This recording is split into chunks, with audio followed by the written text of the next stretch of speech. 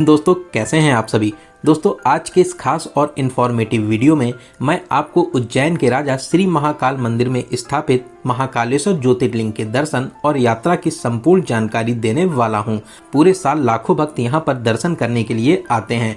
अगर आप भी भगवान शिव के इस अलौकिक ज्योतिर्लिंग के दर्शन करने की प्लानिंग बना रहे हैं तो ये वीडियो आपकी बहुत हेल्प करेगा। इस वीडियो में हम लोग बात करेंगे आप यहाँ तक कैसे पहुँचेंगे, यहाँ पर पहुँचने के बाद में आपको होटल या धर्मशाला कहाँ पर लेना चाहिए, मंदिर में दर्शन करने का सही तरीका क्या रहता है, यहाँ पर आप कौन कौन से प्रमुख मंदिरों में दर्शन जरूर करें, यहाँ पर खाने पीने की कैसी फैसिलिटीज हैं और वीडियो के लास्ट में बात करेंगे कितने बजट में आप इस पावन यात्रा को पूरा कर सकते हैं। तो दोस्तों इस वीडियो के माध्यम से आपको महाकालेश्वर ज्योतिर्लिंग के दर्शन और यात्रा की A to Z complete information share करूंगा। तो एक बार इस वीडियो को पूरा जरूर देखें जिससे आपको संपूर्ण जानकारी मिल सके। तो चलिए आज मेरे साथ घूमिए श्री महाकाल जी की नगरी उज्जैन में। दोस्तों कमेंट बॉक्स में जय श्री महाकाल और हर हर महादेव जरूर लिखें। भगवान शिव के 12 ज्योतिर्लिंगों में से एक महाकालेश्वर ज्योतिर्लिंग मध्य प्रदेश के उज्जैन में शिप्रा नदी के किनारे स्थापित है। इस ज्योतिर्लिंग को सबसे शक्तिशाली ज्योतिर्लिंग माना जाता है। तो चलिए सबसे पहले बात करते हैं कि आप उज्जैन कैसे पहुंचेंगे। उज्जैन तक आप बस, ट्रेन, फ्लाइट, प्राइवेट कार हर तरीके से आ सकते हैं। सबसे पहले बात करते हैं ट्रेन की। अगर आप बाई ट्रेन आना चाहते हैं तो आपको सभी प्रमुख स्टेशनों से उज्जैन तक डायरेक्ट ट्रेन मिल जाएगी। ट्रेन का सफर सबसे अच्छा और सस्ता रहता है। उज्जैन रेलवे स्टेशन से महाकालेश्वर मंदिर की दूरी मात्र 2 किलोमीटर रह जाती है। रेलवे स्टेशन के बाहर से ही आपको ऑटो और ई रिक्शा मिल जाते हैं। मात्र 20 रुपए पर पर्सन का किराया देकर आप आराम से मंदिर तक पहुंच सकते हैं। वहीं आप अगर ई रिक्शा रिजर्व करना चाहते हैं तो मात्र 50 से 60 रुपए देकर आप आराम से मंदिर के पास तक पहुंच जाएंगे। वहीं दोस्तों बात करते हैं बस की। अगर आप अपने शहर से बस के माध्यम से यहां तक आना चाहते हैं तो रेलवे स्टेशन से कुछ ही दूरी पर बस स्टैंड बना हुआ है। अगर आपके शहर से डायरेक्ट बस यहां तक आती है तो आप आराम से बस के माध्यम से भी यहां तक आ सकते हैं। वहीं आप अगर फ्लाइट के माध्यम से आना चाहते हैं तो उज्जैन का नजदीकी एयरपोर्ट इंदौर में है। इंदौर से उज्जैन की दूरी मात्र 55 किलोमीटर रह जाती है। इंदौर तक आप आराम से फ्लाइट के माध्यम से आ सकते हैं। फिर आप बस या टैक्सी के माध्यम से उज्जैन तक पहुंच सकते हैं।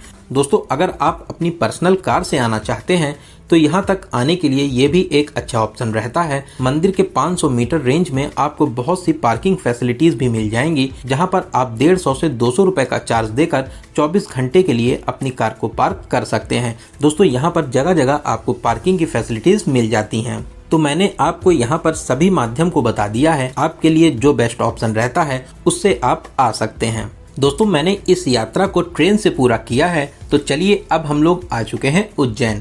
उज्जैन रेलवे स्टेशन के बाहर से ई रिक्शा लेकर अब हम लोग पहुंचेंगे महाकाल थाने के पीछे वाले रोड पर, जिसे सीढ़ियों वाला रास्ता भी बोलते हैं। यहाँ से कुछ सीढ़ियाँ चढ़ने के बाद में मात्र 100 मीटर की दूरी पर महाकाल मंदिर स्थित है। दोस्तों रुकने और खाने पीने के लिए ये लोकेशन बेस्ट ऑप्शन रहता है। यहाँ पर आपको बहुत से होटल और धर्मशाला मिल जाएंगे। होटल्स की रेट की बात करें तो आप यहाँ पर 1000 से 1200 रुपए में नॉन एसी रूम ले सकते हैं। वहीं एसी रूम आपको 1400 से 1500 रुपए में बहुत ही आराम से मिल जाते हैं। आप अगर वीआईपी होटल लेना चाहते हैं तो यहाँ पर बहुत ही अच्छे अच्छे वीआईपी होटल भी बने हुए हैं। वहीं बात धर्मशाला की करें तो यहाँ पर बहुत से धर्मशाला भी बने हुए हैं, जहाँ पर मात्र आप 500 से 600 रुपए में एक अच्छा सा रूम ले सकते हैं। दोस्तों यहाँ पर खाने पीने के लिए भी बहुत से ढाबे और रेस्टोरेंट बने हुए हैं, तो आपको इस लोकेशन पे होटल लेने से खाने पीने के लिए भी दूर जाना नहीं होगा। तो दोस्तों रुकने के लिए ये लोकेशन बेस्ट ऑप्शन रहता है। महाकाल मंदिर भी एकदम पास में है। साथ ही साथ आपको बहुत से होटल, खाने पीने के लिए बहुत से रेस्टोरेंट और कुछ ही दूरी पर आपको पार्किंग की फैसिलिटी भी मिल जाती है। तो दोस्तों रुकने के लिए ये लोकेशन सबसे बेस्ट ऑप्शन रहता है। अगर आप मंदिर ट्रस्ट के महाकालेश्वर भक्त निवास में रुकना चाहते हैं तो आप यहाँ पर भी रुक सकते हैं। यहाँ पर आपको डबल बेडरूम 1120 रुपए में स्टार्ट हो जाते हैं और आप यहाँ पर double bed, 4 bed, 6 bed, 8 bed और एक हॉल भी ले सकते हैं। दोस्तों ये भक्त निवास भारत माता मंदिर के पास में ही स्थित है, लेकिन इसकी बुकिंग आपको ऑनलाइन करनी रहती है, क्योंकि ऑफलाइन में आपको रूम मिलना थोड़ा मुश्किल हो जाता है, क्योंकि ज्यादा भीड़ होने के कारण आपको रूम खाली नहीं मिलते हैं। भारत माता मंदिर के पास में ही स्वस्तिक रेस्टोरेंट बना हुआ है, जहां पर आप मात्र 120 रुपए में भरपेट भोजन कर सकते हैं। तो दोस्तों यहाँ पर खाने पीने की भी आपको बहुत ही अच्छी फैसिलिटीज मिल जाती हैं। तो चलिए एक अच्छा सा रूम लेने के बाद में कुछ देर आराम करेंगे और फिर स्नान करने के बाद में अब हम लोग चलेंगे मंदिर में दर्शन करने के लिए। आप अगर चाहें तो यहाँ के प्रसिद्ध श्री राम घाट पर स्नान कर सकते हैं। मैक्सिमम लोग पवित्र शिप्रा नदी में स्नान करने के बाद ही दर्शन करने जाते हैं। तो चलिए सबसे पहले हम लोग चलेंगे महाकाल मंदिर में श्री महाकालेश्वर ज्योतिर्लिंग के दर्शन करने के लिए। दोस्तों यहाँ पर एंट्री करने के लिए बहुत से गेट बने हुए हैं। गेट नंबर 1, गेट नंबर 2 और गेट नंबर 4 से आप एंट्री कर सकते हैं। यहाँ पर बहुत ही ज्यादा भीड़ भाड़ होती है। नॉर्मल लाइन में दर्शन करने में आपको लगभग 1 घंटा लग जाता है। वहीं बहुत ज्यादा भीड़ होने पर आपको 5 से 6 घंटे का समय भी लग सकता है। तो आप अगर जल्दी दर्शन प्राप्त करना चाहते हैं तो गेट नंबर 4 के पास में ही शीघ्र दर्शन का काउंटर बना हुआ है, जो बड़ा गणेश जी मंदिर के पास में स्थित है। शीघ्र दर्शन के लिए 250 रुपए पर पर्सन का चार्ज देकर आप मात्र 10 से 15 मिनट में दर्शन प्राप्त कर सकते हैं। वहीं आप अगर गर्भगृह में जाकर दर्शन करना चाहते हैं तो इसके लिए आपको 750 रुपए पर पर्सन का चार्ज देना रहता है और आप धोती और गमछा पहनकर गर्भगृह में प्रवेश कर सकते हैं। धोती आपको इसी 750 रुपए में मिलती है जो यूज्ड रहती है। बाद में आपको ये धोती वापस करना रहता है। आप अगर चाहें तो अपने लिए नई धोती भी ला सकते हैं।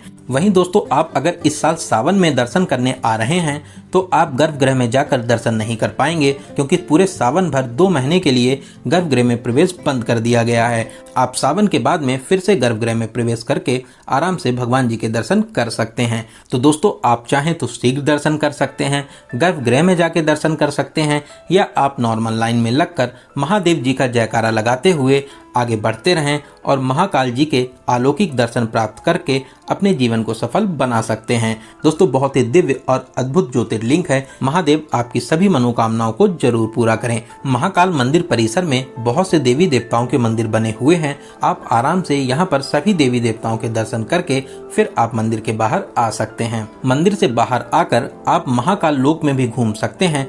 भक्त जनों के लिए बहुत ही सुंदर और विशाल लोक बनाया गया है। महादेव जी की अनेक लीलाओं को मूर्तियों के माध्यम से दिखाया गया है। लेकिन दोस्तों मैं आपको एडवाइस करूंगा, अगर आप शाम को महाकाल लोक में घूमने आते हैं तो आपको बहुत ही ज्यादा अच्छा लगेगा। लाइट में ये महाकाल लोक एकदम स्वर्ग जैसा लगता है, तो आपको रात में यहाँ पर बहुत ही ज्यादा अच्छा लगेगा। तो आप कोशिश करिए कि एक बार शाम को यहाँ पर घूमने जरूर आइए।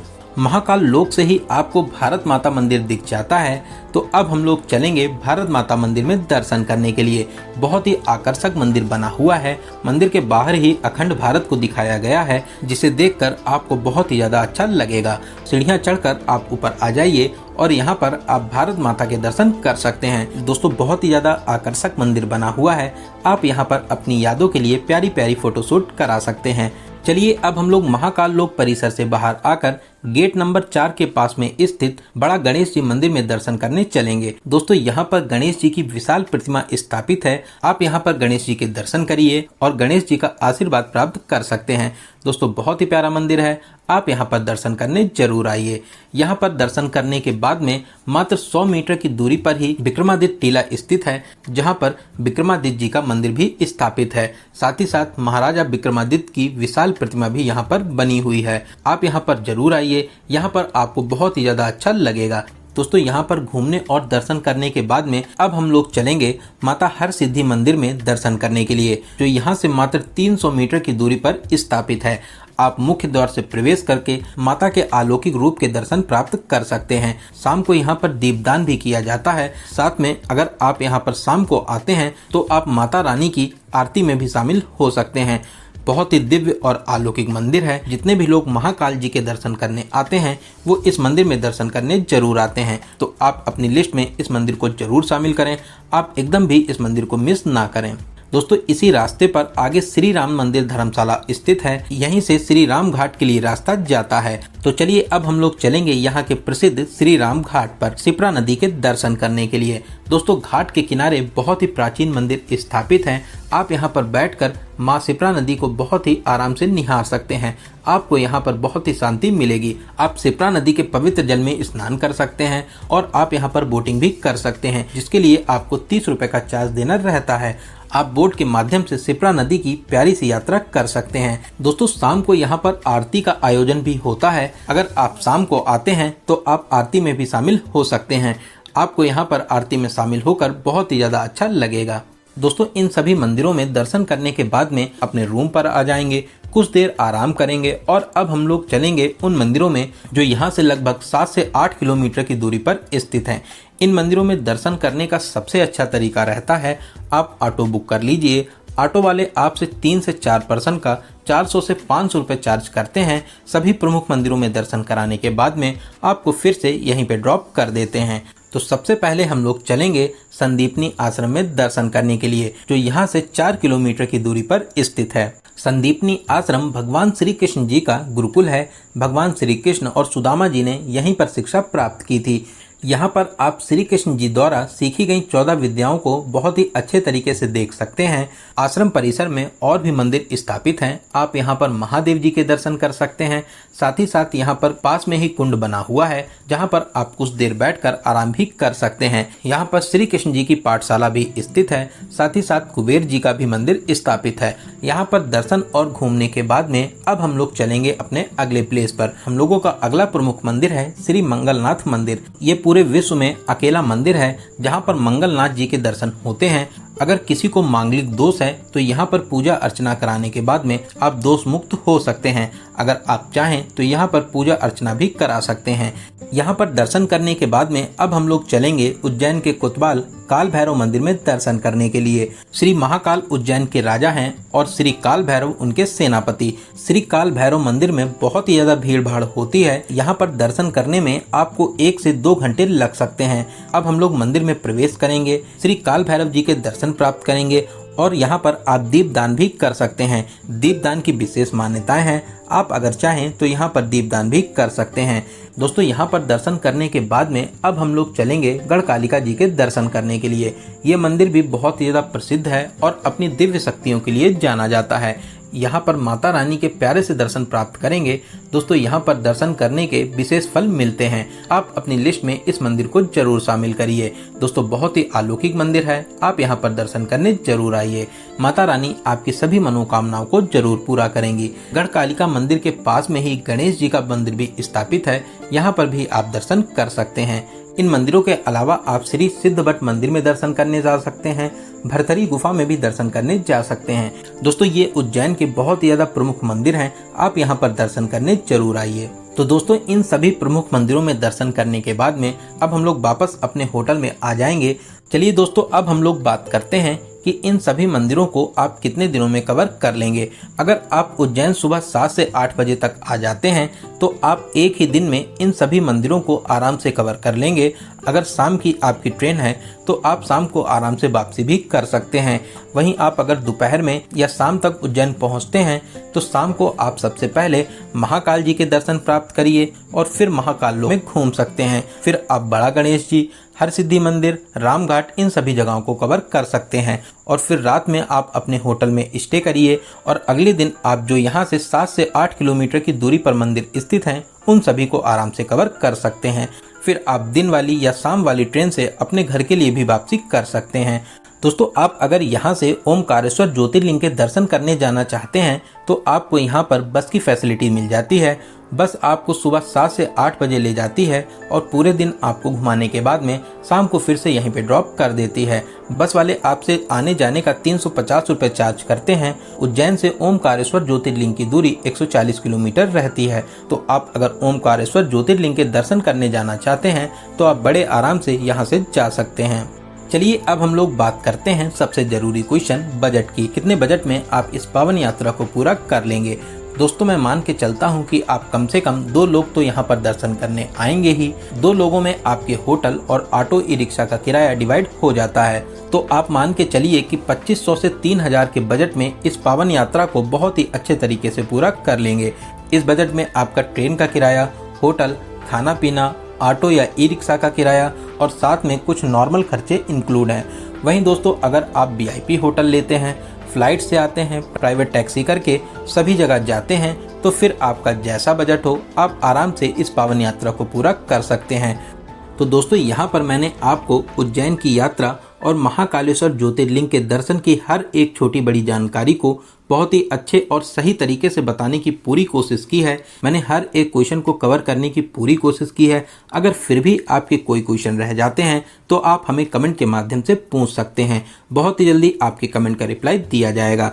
दोस्तों, आपको ये वीडियो कैसा लगा और आप इस वीडियो को कहां से देख रहे हैं कमेंट बॉक्स में जरूर बताइएगा। अगर आपको ये वीडियो अच्छा लगा हो तो वीडियो को लाइक जरूर करें, साथ ही साथ अपने सभी फ्रेंड्स और रिलेटिव में जरूर से जरूर शेयर करें। तो सब्सक्राइब नहीं किया है तो सब्सक्राइब करके हमसे जुड़ जाइए और साथ ही साथ बेल आइकन प्रेस करने के बाद में ऑल नोटिफिकेशन को जरूर क्लिक करिए। तो चलिए दोस्तों, अब मिलते हैं किसी ऐसे ही इंफॉर्मेटिव वीडियो में। तब तक आप अपना और अपने परिवार का बहुत ज्यादा ख्याल रखें। आपकी यात्रा सफल, सुगम और मंगलमय हो। हर हर महादेव।